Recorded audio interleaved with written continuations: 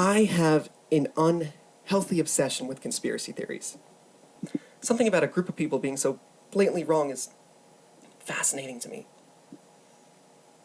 I think a good portion of that obsession is because of what it can reveal about society and ourselves. When someone can confidently say that the Earth is flat, my first reaction is to be baffled. But then I start to think about things in my life I might be completely wrong about, yet so confident in. We all have things that we're wrong about, but we believe confidently and defend staunchly. Flat Earthers just happen to be comically incorrect, and it's to the point of absolute absurdity. I think I also just enjoy being correct. Flat Earthers give me a chance to be correct. No matter what they say, I'm always correct. I just keep winning. And being correct is really fun. I mean, just like destroying young children in video games, it's fun. Flat Earthers allow me to have that same experience, but intellectually. I mean, my distorted ego just eats that up. So let's jump into that fun. Here's the biggest Flat Earth channel on YouTube, I think. Globebusters. They do regular, multi-hour streams debunking the globe Earth. What is so beautiful about this channel is that you can call them out in the comments and then end up featured in the next video where they will dance around your sound reasoning and then, being the good Christians that they are, say rude things about you. More about that later. One of the more recent videos they posted talked about the impossibility of the International Space Station surviving space. As a mechanical engineer, this was to my absolute delight, because they are dealing with stress analysis and material properties, things of which I am legally an expert in. I don't have time to delve into all of the bogus claims they made, as I have a thermosystem I need to be analyzing, but there was one particular piece of low-hanging fruit I would like to address, and that is pressure vessels.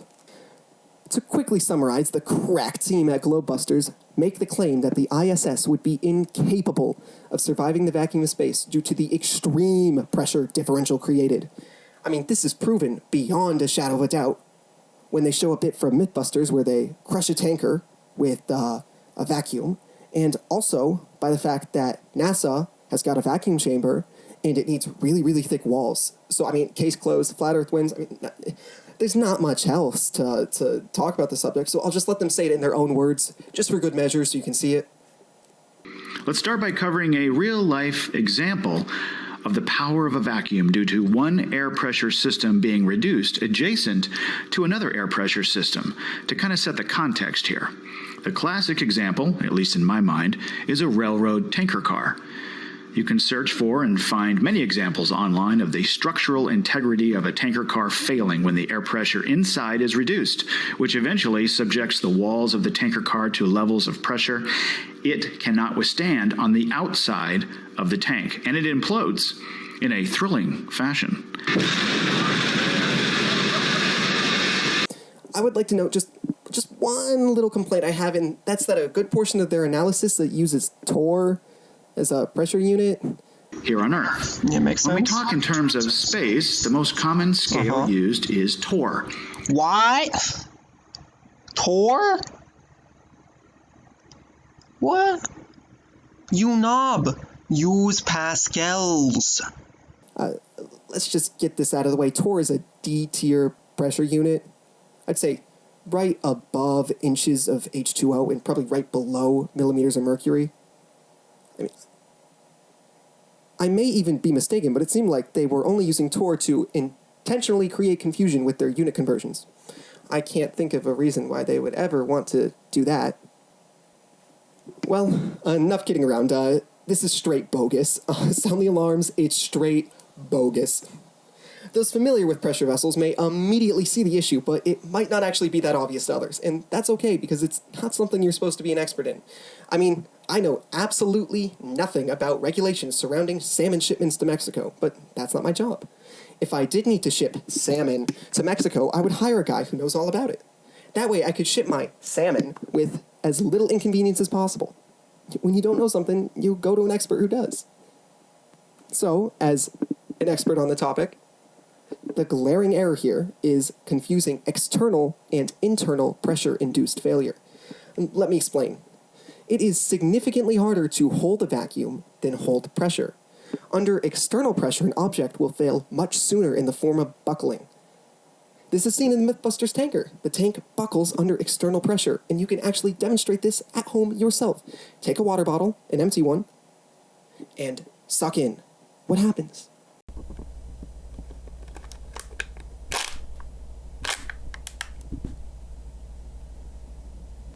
The bottle buckles under external pressure, just like the tanker.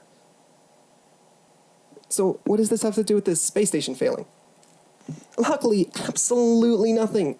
Because on the space station, the space is outside of the station. What?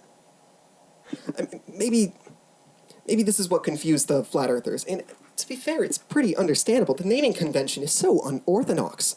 A much better name, of course, would be Station in Space, but not full of space station. So why does this matter? Take your bottle, and this time, blow in as hard as you can.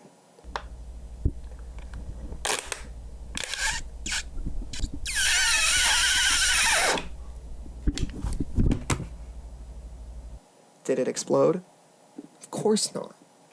Because the materials in the bottle are being stretched apart, and the only way to induce failure is to reach the tensile strength of the bottle and cause rupture. This is way different than just crinkling it. And your lungs are not strong enough to do that.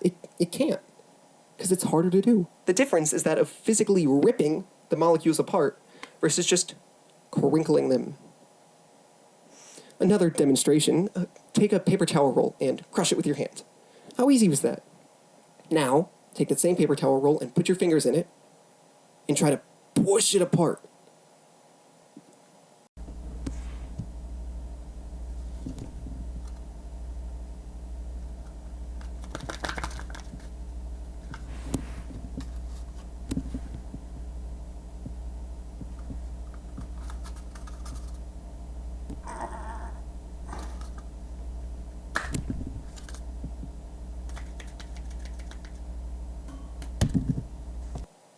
Much more difficult, isn't it? You might be able to do it because it's a paper towel roll, but it's much harder. That's because it's a different failure mechanism. So now that we've established that external versus internal pressure are different phenomena, how do we model them mathematically to confirm this? Let's start with the scenario that Globebusters gives us, the Mythbusters tanker. We can actually mathematically model this failure with a few assumptions using this equation. Now, this isn't perfect because it assumes an infinitely long pipe, but it's close enough to get us within orders of magnitude. In this equation, E is Young's modulus, T is pipe thickness, R is pipe radius, and we are solving for the critical pressure, and that's the pressure differential at which buckling occurs. Now, in our Mythbusters example, we can use given values, thickness of 13 millimeters, a Young's modulus of steel of 200 gigapascals, and a radius of the tanker of 1.5 meters, and we can find a critical pressure of 25.6 kilopascals. How does this stack up to what actually happened? Well, the Mythbusters had buckling occur at 78 kilopascals, and when we considered the external pressure of 101 kPa, we find a critical pressure of 23 kPa. That's pretty freaking close. That's closer than I thought we would get. That checks out. That checks out. That totally worked. So, what do we do for the space station? As we said, it's a different phenomenon, so how do we model that? Well, on our space station, we can model an internal pressure of a cylinder using the Hoop stress equation. It looks like this. It also makes the same long pipe assumptions, but it doesn't really matter. Not for this purpose. So, stress is equal to the pressure differential times the radius divided by the thickness. Using readily available public information, we find the space station has a wall thickness of 5 millimeters and a radius of 1 meter. And the internal pressure of the space station is 1 atm, which is 101 kPa. Now, because the space is outside of the station, that gives us a pressure differential of 101 kPa. Solving the equation yields a stress of 20 megapascals. All right, so what does that mean? Well, the space station is made of 661 aluminum. We have to rip it apart. So, our stress has to exceed the tensile strength of this aluminum. And the tensile strength of this aluminum is 290 megapascals. Oh, it's not even close. We got a safety factor of 15. What is... Dude, it's not even close. It's not even close. It's almost like they knew that it would be in space and that if it broke, everyone would die, so they built it really safe, and you guys are wrong. The walls could be 0.035 thick and it would still work. Dude, come on. Maybe it was just a misunderstanding. I mean, it happens. So I went ahead and I told the Globebusters all this because I knew that them being good men of science, they would like to hear from an expert in the field and let them know that they made a simple mistake that they should correct. I also knew that them being good Christian men, they would have the humility and intellectualism to address this productively and correct the misunderstanding. And that's exactly what happened. They corrected the mistake and were really respectful about the whole thing. It was all worked out. It was just great. You know, now I got new friends and they're really nice. Yep. So now we have this guy, this Samuel Stonehouse, who is freaky as a... God, he's a freak, totally. I think he's a woman, but I'm not positive. I'm just kidding. They call me a weirdo, and they said I look like a girl, and they ignored all my science stuff, and I just wanted to tell them about science, and they ignored me, and they said I look like a girl, and they were really mean. They were really mean to me, and they hurt my feelings, and they made me insecure. No, of course they don't care. They're flat earthers. You can't expect to engage with them as humans, and it's just how they are.